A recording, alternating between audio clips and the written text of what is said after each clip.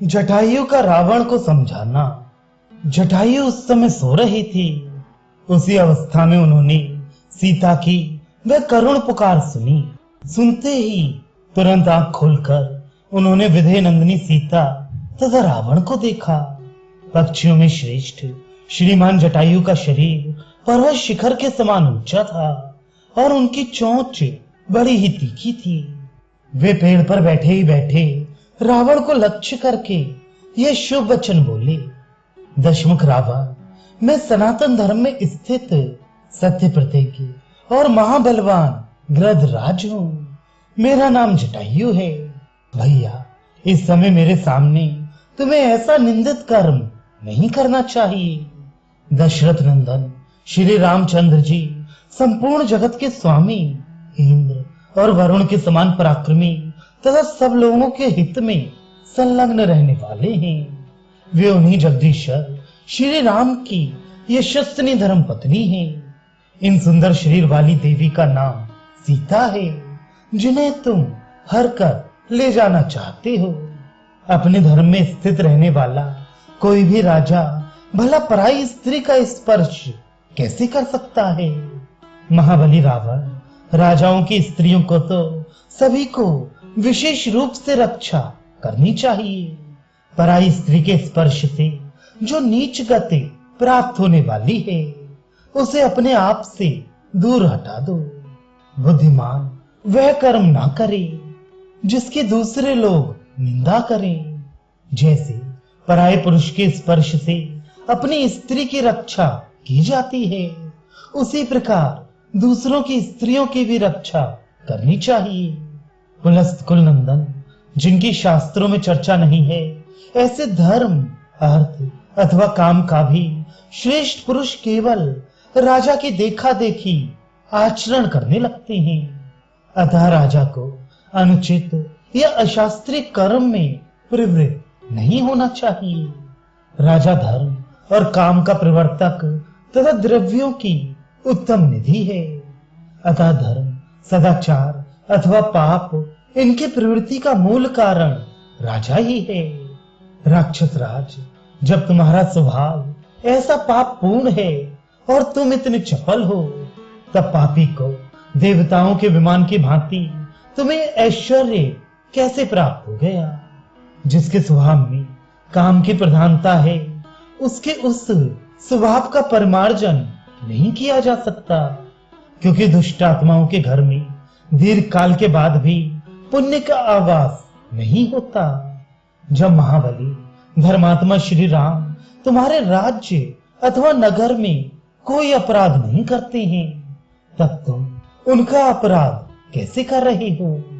यदि पहले शूर्पणखा का बदला लेने के लिए चढ़कर आए हुए अत्याचारी खर का अनायास ही महान कर्म करने वाले श्री राम ने वध किया, तो तुम्हें ठीक ठीक बताओ कि इसमें श्री राम का क्या अपराध है, जिससे तुम उन जगदीश्वर की पत्नी को हर ले जाना चाहते हो।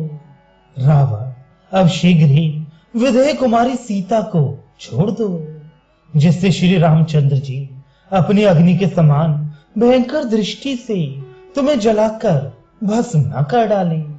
जैसे इंद्र का वज्र वृत्रासुर का विनाश कर डाला था, उसी प्रकार श्री राम की रोषपूर्ण दृष्टि तुम्हें दग्ध कर डालेगी।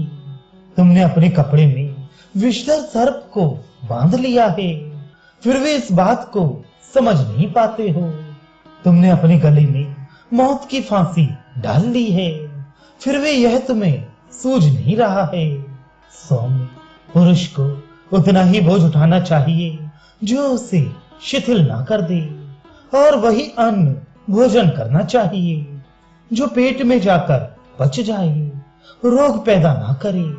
जो कार्य करने से ना तो धर्म होता हो, ना कीर्ति बढ़ती हो, और ना अक्षय यश ही प्राप्त होता हो, उल्टे शरीर को खेद हो रहा हो, उस कर्म का अनुष्ठान कौन करेगा। रावण, बाप दादों से प्राप्त इस पक्षियों के राज्य का विधिवत पालन करते हुए मुझे जन्म से लेकर अब तक 60,000 वर्ष बीत गए। अब मैं बूढ़ा हो गया हूँ और तुम नवयुवक हो। मेरे पास कोई युद्ध का साधन नहीं है, किंतु तुम्हारे पास धनुष, कवच, बाण तथा रथ सब कुछ है। फिर भी तुम सीता को लेकर कुशलता पूर्वक नहीं जा सकोगे। मेरे देखते देखते तुम विधेय नंदिनी सीता का बलपूर्वक अपहरण नहीं कर सकते। ठीक उसी तरह जैसे कोई न्याय संगत हेतुओं से सत्य सिद्ध हुई वैदिक श्रुति को अपनी युक्तियों के बल पर पलट नहीं सकता। रावण, यदि शूरवीर हो तो युद्ध करो, मेरे सामने 2 घड़ी ठहर जाओ। फिर जैसे पहले खर मारा गया था, उसी प्रकार तुम भी मेरे द्वारा मारे जाकर सदा के लिए सो जाओगे। जिन्होंने युद्ध में अनेक बार दैत्यों और दानवों का वध किया है, वे चीर वस्त्रधारी भगवान श्री राम तुम्हारा भी शीघ्र ही युद्ध भूमि में विनाश करेंगे। इस समय मैं क्या कर सकता हूँ? वे दोनों राजकुमार बहुत दूर चले गए हैं। नीच, यदि मैं उन्हें बुलाने जाऊं तो तुम उन दोनों से भयभीत होकर शीघ्र ही भाग जाओगे, इसमें संशय नहीं है। कमल के समान नेत्रों वाली ये शुभ लक्षणा सीता श्री रामचंद्र जी की प्यारी पटरानी है। इन्हें मेरे जीते जी तुम ले जाने नहीं पाओगे। मुझे अपने प्राण देकर भी महात्मा श्री राम तथा राजा दशरथ का प्रिय कार्य अवश्य करना होगा। दशमुख रावण, ठहरो ठहरो, केवल 2 घड़ी रुक जाओ। फिर देखो, जैसे डंठल से फल गिरता है, उसी प्रकार तुम्हें इस उत्तम रथ से नीचे गिराए देता हूं। निशाचर, अपनी शक्ति के अनुसार युद्ध में मैं तुम्हारा पूरा आतिथ्य सत्कार करूंगा। तुम्हें भली भांति भेंट पूजा दूंगा।